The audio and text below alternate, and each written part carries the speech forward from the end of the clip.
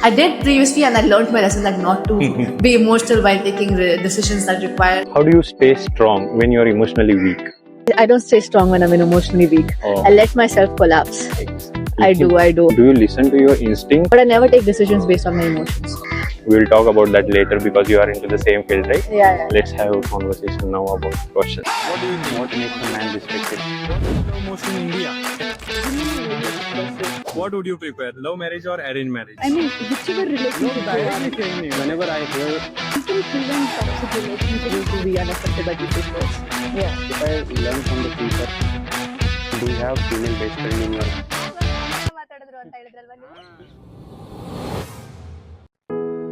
So actually, I'm a student. Oh. I'm doing a BBA in the field of finance and international business. Oh. Along with that, I do internship. I work as a business development intern. I work as a sales intern, a content creating intern, Okay. and I do modeling as a side gig. Multi-skills.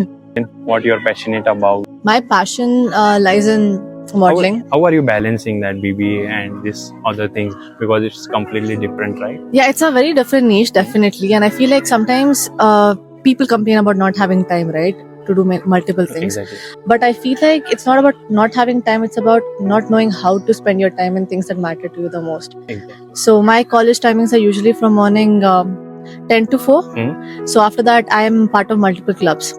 So I'm head at one of the committees. So I have sometimes the club work when there are events as such. So sometimes I come back home at 6 o'clock or else it's usually by 5 I'm back at home. So I come back home and I love fitness. So I have dedicated like 1.5 hours to gym or any of those physical activities.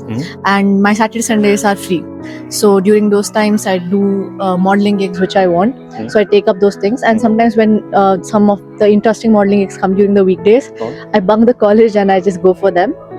So along with that, internship too, it is after college hours. So I was previously doing an internship as a content creating intern. So the internship used to be post college hours. So I used to directly go to the office and get the work sorted. I used to come back home and get gym done and stuff. Great. Do you enjoy doing it? Do I? You enjoy doing it? Yeah, I love being busy. I really appreciate you because you don't waste time, number one. Yeah. And you are following your passion. Yeah. I say passion. It's Is it definitely a passion, yeah. right? Yes. But I think sometimes it's not a good thing because I prefer not being free at all. Like I like to fill my schedule up completely. Maybe it's a coping mechanism. I do not know. I'm not. I do not diagnose myself as such. But I feel like somewhere I do not like being free. Like any single moment when I'm free, like even a Sunday where I have nothing to do and I'm just lying on my bed or like bed rotting, I suddenly feel like it's such an unproductive day. Exactly. And I can't just chill. So sometimes I wish I could just like not do anything and enjoy it. But I feel very there's a lot of self-guilt involved when there's like nothing for me to do. So I always like to be busy. Actually, my mummy always tells, always give respect to the time, then time will give respect to you. That's why I don't like to waste time. I do night shift. And I wake up early, not early, as per night shift it is early at 8 o'clock. I sleep at 3, I wake up at 8 or 8:30 and I continue my work. I'm working here from last 4 years in Bangalore in corporate, and I recently started business of digital marketing agency with my sister, and along with that I'm doing content creation. The task I'm doing together. We'll talk about that later because you are into the same field, right? Yeah. Let's have a conversation now about question. Where are you from? I'm from Bangalore. Bangalore. What's your goal, by the way? My goal, I feel like more than chasing a materialistic aspect, I have these feelings that I'm trying to chase. I want to just like chase this feeling of having this sense of freedom and stability in my life. Okay. And those are the only two things I'm working towards, and getting a sense of peace. So I'm just curating my life around achieving them. Okay. So I'm still not figured out what my career perspective is, because sometimes I want to get into sales, marketing. So there's a lot of confusion in that. But then ultimately it's about getting a financial freedom from everything, peace in life. That's all. Basics, yeah. Compared to people who are around you at your same age, what special do you feel about you? About me, I feel whatever that I am right now is because of the experiences that I've gone through in my life. Okay. And I would not say that something makes me special from the rest of them. I would just say it would make me a unique person, because everybody has their own unique traits. So for me, it would be all the things that I saw through a young age has given me a higher sense of maturity for this current age, and I think that's a good thing because I have gained this insight and perspective of seeing life in a very different glass. Okay. So I think the kind of maturity that I gained at such a young age is something that I'm truly grateful for. What made you to think in such a mature way? You are really matured. Well, I think I do not know. Sometimes when you see different perspectives in your life, like when you go through a tough time, there are two ways of coping up with it. Either you completely crumble and then you just get into addictions and stuff, or there's another way where you get back stronger and take those things as life lessons and just think that okay, these are my basis, this is my foundation, and you build something on top of that. So that gives you that you can see there are two ways of looking at it. You can either look at it as a leverage, or you can either look at it as an something that drags you down. So I start seeing everything as a leverage for me. So whatever bad instances happen in my life or whatever pushes me to my downfall, I just look at it as a way for me to climb back up. So, You're a positive person. yeah, I'm a very positive person. I think Really positive. yeah, that's the best way to go through life. Because learning from bad phase, taking it as a positive for our self growth, it's really great thing.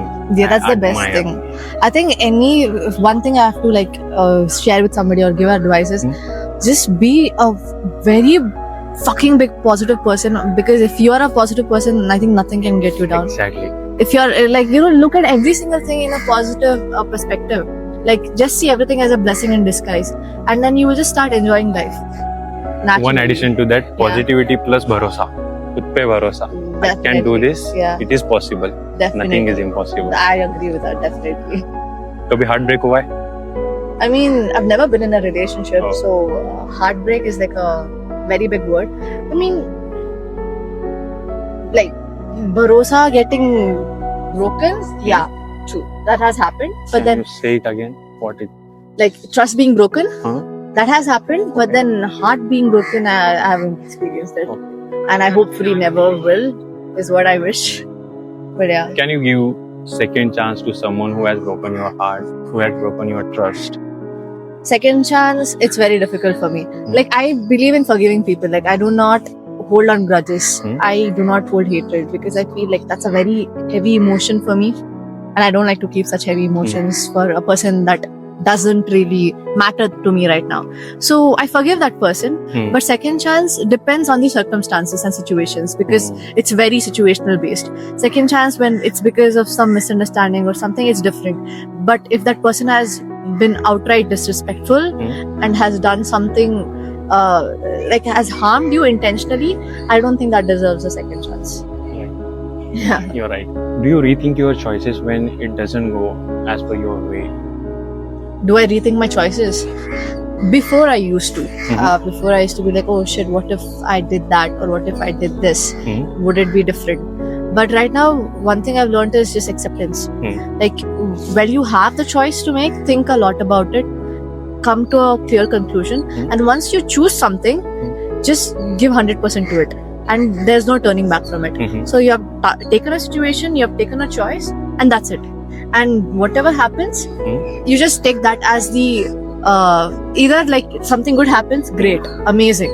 And if something good doesn't happen, great, amazing, because you know this is a wrong choice. Exactly. Let me just shift on to something else. So anyway, see, you get to explore yourself by taking choices which are wrong. So failures are the things that I feel like, give you a better understanding of what you do not want. So once you know what is not suitable for you, you can make better choices. So it's a win-win situation all the time. Yeah. Are you a practical person or emotional person? I'm an emotional person. Like, I'm a very emotional person, but I take actions based on logic and practicality. Like, because, I'm a very sensitive person as well. So I listen to my emotions too, because that's very important. But at the end of the day, I take a decision that sounds rational to me than based on my emotions. While taking decision, do you listen to your instinct or do you think logically? My instincts. Okay. because I feel like my instincts have always been right. Till what I've seen till now, my instincts have been so strong, and most of the time my logic and instincts like match. Okay. There is no confliction between my instincts and my logical aspect of my brain. So because of that, I feel like whatever I choose, it's the same path. So the only conflict happens between my instincts and decisions based on my emotions. Okay. So there's the conflicting part only existing there. So as I told you, my instincts and my logical thinking align. They always align, and they're always right most of the time. The only conflict of interest comes between my emotional thinking and my instincts, or my emotional thinking with my rational thinking. So with my emotional thinking, whatever thoughts comes to my brain, I let it flow. I journal it. I try to understand what I'm feeling right now, but I never take decisions based on my emotions. I did previously, and I learned my lesson that not to be emotional while taking decisions that require a part of your logical and reasoning part of your brain. If you want to learn about life, how would you learn? Means from your own experience, or is there any other way? Learning about life. First is my mom. My mom is like she's my best friend, and she's one of the best guides that I've ever met. So whenever I have this thing, like I do not know what to do or what's next, I always give a call to my mom, and she always knows the right thing to say, and then whatever she says, I get convinced. I like, oh yeah, this makes so much of sense. So it's my mom, or else it's just me by myself, and I journal. When I journal, I get half of the clarity that I require. If I'm like really stuck, I just go sit in front of my mandir, like in front of the God, and I just like speaking Kannada because it's my mother tongue, because I feel closest to God with that. So I just have a conversation with God. Really? And I really get a clarity after. Instincts always guide you to the right direction. Because अंदर से signal आता है ना, yes or no, we cannot run from that. True. Yeah. Because in any situation, विश्वास and अंधविश्वास रहता है. विश्वास will come from our inner side. मतलब yes or no. अंधविश्वास जो होते हैं, when we ignore that signal and take action, that goes wrong. Yeah. This is what Vishwas and Andhvishwas. If signal is coming as yes from inside, go ahead and do that. If it is coming no, even though you are going into that going and doing that thing, it definitely it always goes sabotages. wrong. Yeah, definitely. I have experienced that too. When you do not listen to yourself and you just take decisions just because your heart is telling you to, that never works out. Nobody will teach this. We just learn it from our own experience. Definitely. In your field, you said apart from your college, content creation, all these things, how do you connect people? With modeling, what happens is connections build up. So I have a fellow model. So we connect on Instagram. Okay. And then if any shoots comes up, they let me know. And if any shoots comes up to me, I let them know. Okay. And then you connect with the photographers there.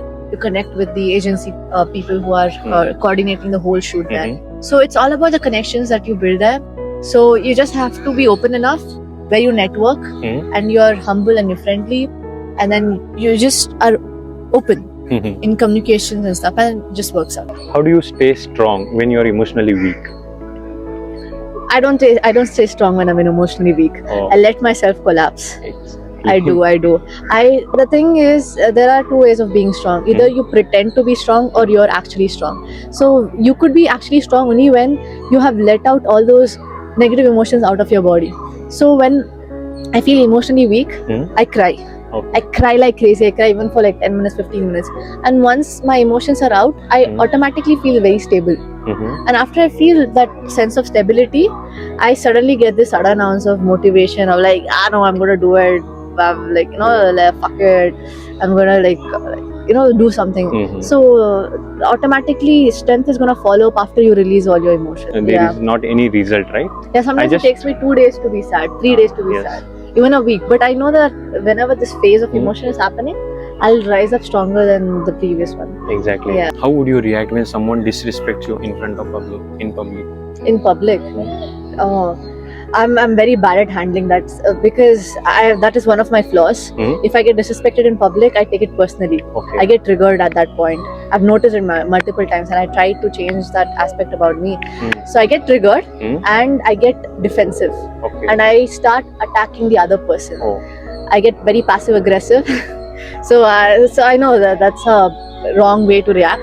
but then that's the initial reaction of me, because I feel I never provoke people, Okay. and I never get disrespectful for unnecessary reasons. I don't get disrespectful at all, but if somebody just provokes me for no reason, it's very difficult for me to just like ignore it or just play calm, like you know how people expect you to act the right way, but I can't do that. So I attack back, but I'm surprisingly very calm when I'm being aggressive. Look, I get very passive aggressive with that person, and I go into my full lawyer mode, and I start telling things that they did or something. So I do that. I think that's a bit petty about me, but then Why it happens? I think it's because people like you know me genuinely, everybody as such, when somebody points something about you, there is this amount of ego in everybody. So it's the ego reacting, I agree. and I realize that. So, but I've reduced it right now, because I realize if somebody is pointing to a finger towards me, I've realized that it's my ego reacting. So I just try my best not to give a reaction at all, or just get myself away from the situation. And I've been successful in doing that lately, so I'm proud of myself for that. But it's just that people take it personally. People think that a person pointing things about themselves, somewhere they get insecure about it, or they feel very triggered because they think what the person is saying is the truth. Okay. So we forget to differentiate as that it's just their opinion. It's not going to be an ultimate truth about yourself. Right. So once you're just like, everybody gets there to a point, you just need to like, you know, constantly get your emotions regulated, and once you do that, I think you will be able to be unaffected by people's words. If you do any mistake, or if you are doing any mistake or any wrong things, not wrong things, how do you correct yourself in profession or in your personal life as well? Okay, so honestly speaking, once I do a mistake, for that 10 minutes, I get, oh my god, I get into a state of self-guilt. Okay. Like, oh shit, I did it. Oh my god, I should have done this previously. I should have not done that. So that's the initial reaction. And after 10 minutes, I just calm down. I'll be like, see, what's done is done. Nothing can be done now. Yes. So I just see a situation in two ways. Okay, this happened. Is there something that I can do to correct it? Okay. If no, then leave it. If yes, then do that. Yes. There's absolutely no confusion in that. So if I did something, for example, I perhaps I had not prepared well for an exam, and I go and the paper went really bad. I rather than going into that circle of self-criticism, oh shit, I should have studied, why did I not do that and stuff, I'll be like, okay, fine, I did not study. Next exam, I'm not going to repeat this mistake. Okay. So I just believe in not repeating the same mistakes. Great. Yeah. If you want to correct someone, how would you correct them? It depends on who the person is. What will be your action? Just tell me. If that person is not that close to me, I do not try to correct them at all.